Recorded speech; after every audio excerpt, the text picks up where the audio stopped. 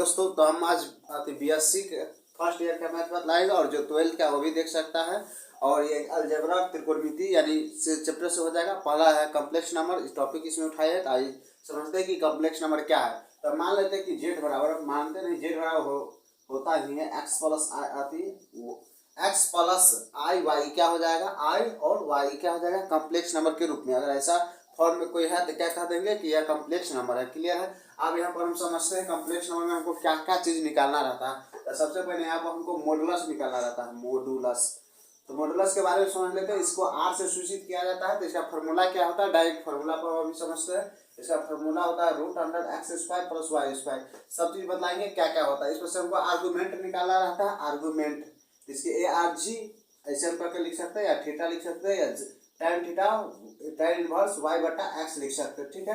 अगर आर्गूमेंट निकाला तो हम इसको यूज कर सकते हैं। यहाँ पर क्या याद रखना है, अल्फा का वैल्यू यहाँ पर इस फर्स्ट क्वाड्रेंट सेकेंड थर्ड होता है। तो फर्स्ट क्वाड्रेंट में यहाँ पर क्या होता है दोस्तों, यहाँ पर अल्फा होता है, यहाँ पर पाई माइनस अल्फा होता है, और थर्ड में क्या होता है अल्फा माइनस पाई होता है, यहाँ पर माइनस अल्फा होता है। इस सब चीज का यूज एक ही क्वेश्चन हम करेंगे, इसमें सारा चीज का यूज हो जाएगा। ठीक है। अब यहाँ सब समझते हैं कि पोलर फॉर्म में भी कहता है व्यक्त करने के लिए। तब पोलर फॉर्म हम समझते हैं, पोलर फॉर्म। पोलर फॉर्म क्या होता है, ठीक है, कम्प्लेक्स नंबर का पोलर फॉर्म। जिसका रूप होता है, याद रखना है दोस्तों, पोलर फॉर्म में याद रखना है r × cos theta plus i sin theta होता है। पोलर फॉर्म के लिए याद रखना है। ठीक है। तब फर्स्ट क्वेश्चन लेते हैं जिसमें हम सारा चीज हमको क्या करना रहेगा, निकालना रहता है। तो फर्स्ट क्वेश्चन मेरा क्या है, तो हम देख लेते हैं। फर्स्ट क्वेश्चन यहाँ पर दिया हुआ है z बराबर -√(-3). ठीक है।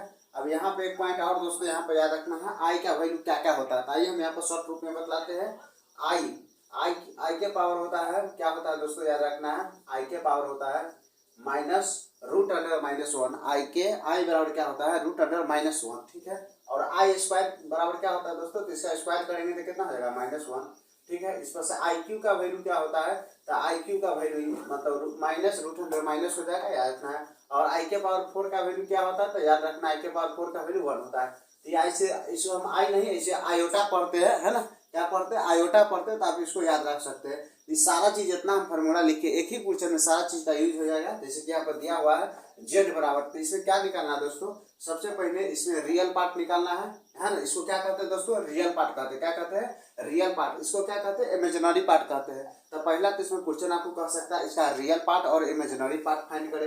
दूसरा कह सकता है इसका मॉडुलस निकाले, तीसरा आर्गुमेंट निकाले, चौथा पोलर फॉर्म निकाले। तो सारा चीज का यूज यही क्वेश्चन में कर देंगे। तो चलिए इसको हम सोल्यूशन करते हैं। ठीक है दोस्तों, यहाँ पर लिखेंगे सोल्यूशन जेड बराबर -1। ठीक है दोस्तों, यहाँ पर देख लीजिए क्या है, √3 है। तो यहाँ पर हम क्या लिख सकते हैं दोस्तों, -1 लिख सकते हैं, है ना। तो इस -1 को हम बाहर भी निकालेंगे तो कोई प्रभाव नहीं पड़ेगा, यानी कि इसको हम √(-1) इसको लिख सकते हैं। इसको हम ऐसे लिख सकते हैं कि नहीं दोस्तों, आप बोलिएगा कि लिख सकते हैं। अब यहाँ पर क्या है, जेड बराबर, याद रखना है, जेड बराबर -1। यहाँ पर क्या कर देंगे √3। इसको क्या कहते हैं दोस्तों, यहाँ से आई यानी बोले तो आयोटा कहते हैं। क्या कहते हैं, आयोटा। तो 3 आयोटा हो जाएगा। अब यहाँ पर हम कंपेयर कर देंगे दोस्तों, जेड मतलब कम्प्लेक्स नंबर है, तो कम्प्लेक्स नंबर का रूप ये होता है ना, तो इसको हम कंपेयर कर देते हैं, इसका कंपेयर इससे कर देते हैं। तो क्या हो जाएगा, x + iy बराबर क्या हो जाएगा दोस्तों, -1√(3i) हो जाएगा। अब यहाँ पर x का वैल्यू यहाँ से दोस्तों हम निकालेंगे तो क्या हो जाएगा, तो x का वैल्यू हो जाएगा -1, और y का वैल्यू क्या हो जाएगा, तो y का वैल्यू हो जाएगा -√3। क्या हो जाएगा दोस्तों, -√3। क्या हो जाएगा, -√3 हो जाएगा। y का वैल्यू कितना हो जाएगा, माइनस। अब यहाँ पर देखिए दोस्तों, ये दोनों क्या है, माइनस में, दोनों क्या आ गया, माइनस में। इसका मतलब दोनों माइनस में आ गया, तो माइनस माइनस यहाँ पर होता है, तो हम इसका यूज करेंगे, अल्फा माइनस पाई का यूज करेंगे। इसमें क्या होता है दोस्तों, प्लस प्लस, इसमें माइनस प्लस, इसमें माइनस माइनस होता है, और इसमें प्लस माइनस होता है। तो यहाँ पर क्या है, एक्स का वैल्यू भी माइनस है, वाई का वैल्यू भी माइनस है। इसका मतलब हम ये वाला यूज करेंगे। डायरेक्ट हम थीटा का वैल्यू यहाँ से आएगा तो हम यूज नहीं करेंगे। आइए और आगे हम बनाते तो आपको समझ में आ जाएगा। तो यहाँ से अब हमको क्या निकालना है दोस्तों, सबसे पहले हम मॉडुलस निकालते हैं। क्या निकालते हैं, मॉडुलस। तो आपको सीख भी जाइएगा कि मॉडुलस किस प्रकार से निकलता है।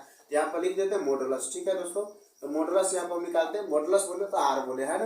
यहाँ इसका फॉर्मूला क्या होता है, √(x² + y²। एक्स का वैल्यू कितना दिया दोस्तों, तो आप बोलिएगा एक्स का वैल्यू दिया -1 का होल स्क्वायर, प्लस इधर दिया है -√3 का होल स्क्वायर। कितना, अब स्क्वायर कीजिएगा तो इसका डायरेक्ट वैल्यू लिख देते हैं 1 प्लस यहाँ पर 3 आएगा दोस्तों, जोड़ेंगे तो रूट यहाँ पर 4 हो गया, इसका √4 का कितना हो जाता है, 2 निकल जाता है। 3 तो आपको आता होगा। ठीक है। ये मॉडुलस कितना आ गया दोस्तों, 2 आ गया। क्लियर है। अब यहाँ से हम क्या निकालते हैं, आर्गूमेंट निकालते हैं। समझते हैं इसका आर्गूमेंट क्या होगा। ठीक है दोस्तों, आर्गूमेंट आर्गूमेंट यहाँ पे इसका दोस्तों आर्गूमेंट यानी कि AR लिख सकते हैं, जिसको Z यानी कि हम थीटा भी लिख सकते हैं। इधर tan इनवर्स भी हम लिख सकते हैं, y बटा x लिखेंगे। क्या दोस्तों लिखेंगे? y बटा x इसका फॉर्मूला होता है, ठीक है। यहाँ पर लिख देते हैं tan थीटा, और y का वैल्यू दोस्तों यहाँ पर कितना है तो बोलेगा -√3, और x का वैल्यू दोस्तों कितना है -1 है। माइनस माइनस कट जाएगा, √3 बचेगा। कितना बचेगा दोस्तों? √3। tan इनवर्स √3 कितना का मान होता है तो √3 मान होता है दोस्तों, आपको पता होगा 60 डिग्री का। तो इसको क्या लिख सकते हैं हम? π/3 लिख सकते हैं। तो यहाँ पर लिख देते हैं, इसको क्या लिख सकते हैं? tan यानी यहाँ पर लिख देते हैं, याद रखना है, tan इनवर्स tan π/3 हो जाएगा। और यहाँ पर क्या हो जाएगा? डायरेक्ट यहाँ पर थीटा का वैल्यू कितना आ जाएगा? π/3। यहाँ से आप लिख सकते हैं, नीचे अगर नहीं मतलब दिखाई देता होगा तो पाई बराबर क्या बोल सकते हैं, यानी थीटा बराबर क्या आ जाएगा दोस्तों? π/3। ऐसे लिख देते हैं, थीटा का वैल्यू कितना आ जाएगा? π/3 आ जाएगा, π/3। ठीक है दोस्तों। अब यहाँ पर थीटा के वैल्यू हम ये यूज नहीं करेंगे, ठीक है। यहाँ से हम क्या करते हैं दोस्तों, तो हम दो चीज निकाल दिए, ठीक है ना। यानी कि कहने का सेंस हो गया, यानी कि हम आर्गूमेंट कितना निकाल गया? इतना आ गया। लेकिन थर्ड थीटा में तो यहाँ पर हम चेंज कर देंगे अगर निकालेंगे ना। अगर हम पोलर फॉर्म, जैसे कि यहाँ पर क्या हो जाएगा दोस्तों, alpha minus pi, third quadrant में। अगर यहाँ पर हम आर्गूमेंट की बात कर लेते हैं दोस्तों, तो आर्गूमेंट का वैल्यू क्या होगा? अब निकलेगा, क्योंकि ये थर्ड क्वाड्रेंट में, इसलिए ये वाला रूल अप्लाई करेंगे। तो क्या हो जाएगा? अल्फा की जगह पर ये आया है, किसका वैल्यू है दोस्तों? अल्फा का वैल्यू। किसका? यहाँ से हम निकाले, ठीक है।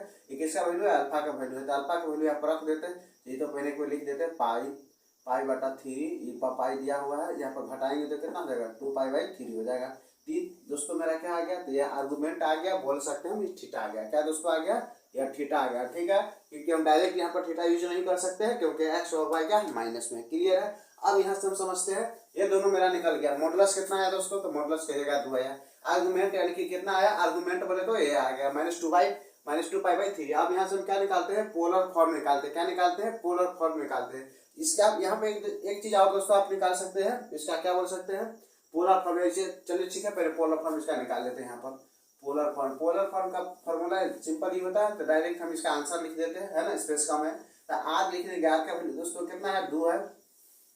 कॉस थीटा के कॉस थीटा लिखेंगे, ठीक है। यानी थीटा के जगह वो कितना रख देंगे? -2π/3 -2π/3। क्लियर है? अब यहाँ पर साइन थीटा का वैल्यू क्या लिख देंगे? आई, और साइन थीटा π/2। तो ये मेरा आ गया दोस्तों पोलर फॉर्म। इसको क्या आप लिख सकते हैं? Polar form.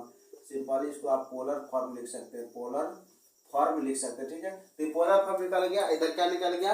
मतलब तीन को चीज यहाँ से लिखे, मॉडुलस, आर्गुमेंट, पोलर फॉर्म, तीनों समझ में आ गया। दो को चीज अभी हमको और सिखाना। पहला कंजुगेट निकालना है।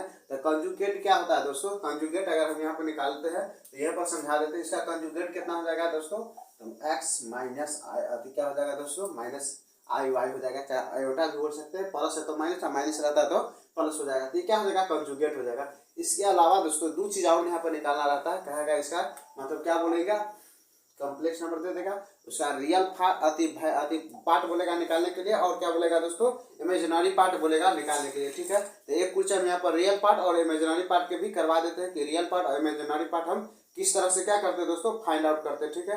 आइए हम रियल पार्ट और इमेजिनरी पार्ट पे वो क्वेश्चन करवा देते हैं कि किस तरह से रियल पार्ट और इमेजिनरी पार्ट फाइंड किया जाता है, ठीक है दोस्तों। तो इसको हम यहाँ पर लेकर के बता देते हैं। वो क्वेश्चन लिख देते हैं, जैसे कि यहाँ पर दिया हुआ 2 + 3i बट्टा कितना दिया है दोस्तों? 4 - 5i, ठीक है। यहाँ पर हम एक क्वेश्चन हमको यहाँ पर निकालना है, जैसे इसका कर सकता है कंजुगेट और रियल पार्ट आती निकालने के लिए, और इमेजिनरी पार्ट। तो सबसे पहले इसको दोस्तों हमको क्या करना है? यहाँ पर दिया हुआ है, इसको सबसे पहले कॉम्प्लेक्स रूप में लाना होगा, ठीक है। जैसे इसका कॉम्प्लेक्स फॉर्म के रूप में, तो इसका क्या होता है? x + i, यानी इसको इस फॉर्म में ले आएंगे तो हम क्या कर देंगे? रियल पार्ट, ये हो गया दोस्तों रियल पार्ट, ये हो गया y हो गया इमेजिनरी पार्ट, x हो गया रियल पार्ट, y हो गया इमेजिनरी पार्ट। ये मेरा आंसर हो जाएगा। तो सिंपली इसको हम क्या करते हैं? सबसे पहले कॉम्प्लेक्स नंबर के फॉर्म में ले आते हैं, ठीक है।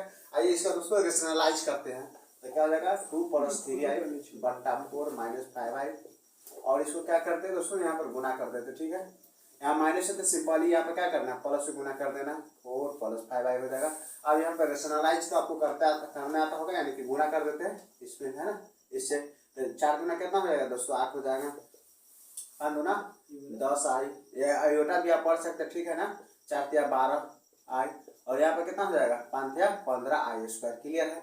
यहाँ पर क्या करेंगे दोस्तों? स्क्वायर हो जाएगा, 4 के स्क्वायर, इधर 5i² हो जाएगा। क्लियर है? अब यहाँ पर क्या करते हैं? 8 के 8 लिख देंगे, और क्या 10 और 12 को जोड़ देंगे तो कितना हो जाएगा? 22i हो जाएगा। और इधर 15, ये स्क्वायर है, ठीक है दोस्तों। 15i का वैल्यू, i² का वैल्यू कितना होता है? -1 होता है, जैसे कि यहाँ पर आप लिख चुके हैं, ठीक है। सिंपली यहाँ पर 4 के स्क्वायर बटा में करेंगे 16 हो जाएगा, इसका 25 हो जाएगा, -25।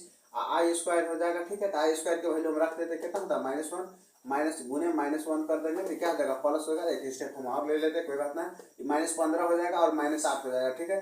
तो -15 में 8 यहाँ हो जाएगा तो -7 आ जाएगा। तो एक स्टेप हम बढ़ा देते हैं, ठीक है। 8 + 22 आई यहाँ पर हो जाएगा -15, 16 यहाँ पर 25 हो जाएगा। अब सिंपल ही क्या करेंगे दोस्तों, इसमें से 15 में से 8 ये हो जाएगा तो -7 हो जाएगा। इधर 22 आई दिया हुआ है, बट्टा में कितना हो जाएगा 16 + 25 यानी जोड़ देते हैं इसको तो 41 हो जाएगा। क्लियर है दोस्तों। यहाँ पर क्या हम इसको बोल सकते हैं -7/41, -7/41 बोल सकते हैं। क्लियर है ना दोस्तों। और यहाँ पर क्या लिख देंगे, इधर लिख देते हैं 22i/41। ये मेरा दोस्तों क्या हो जाएगा रियल पार्ट। इसको अगर हम लिखते हैं तो आर ऐसे करके लिख देंगे, real part RE complex number कितना हो जाएगा -7/41 और इमेजिनरी पार्ट लिखे थे IMZ, ठीक है। तो क्या हो जाएगा दोस्तों ये 22i/41। क्लियर है। अब इसका कहता है कंजुगेट निकालने के लिए, तो कंजुगेट भी इसका निकाल सकते हैं, है ना। जैसे कि z बराबर मान लीजिए दोस्तों दिया हुआ है, कंजुगेट का साइन ऐसे होता है। तो यहाँ पर क्या हो जाएगा -7/41 और ये प्लस है तो माइनस हो जाएगा। क्लियर है। इस प्रकार से इसको हम क्या कर सकते हैं दोस्तों, सोल्यूशन हम कर सकते हैं। तो दो चीज़ हमको निकालना था, ये दोनों चीज़ को हम बतला दें कि किस तरह से हम निकाल सकते हैं। यानी कि यहाँ से हमने सिखा दिया कि रियल पार्ट और इमेजिनरी पार्ट कैसे फाइंड किया जाता है और क्या बोलते हैं कंजुगेट कैसे निकाला जाता है, ठीक है। तो आज के लिए एक क्वेश्चन से पूरा समझा दें कि इसमें क्या क्या होता है सारा चीज़, ठीक है। Thanks for watching.